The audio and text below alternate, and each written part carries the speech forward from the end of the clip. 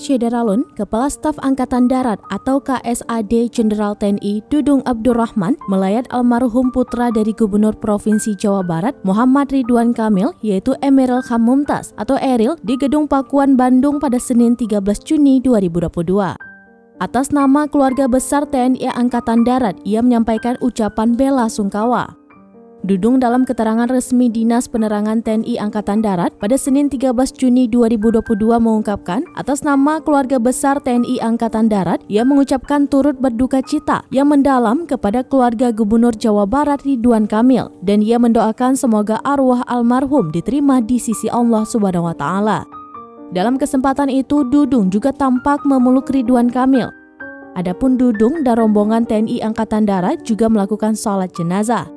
Kepada keluarga yang ditinggalkan, Dudung berpesan agar selalu kuat dan tabah menerima cobaan karena semua adalah atas kehendak Allah Subhanahu wa taala.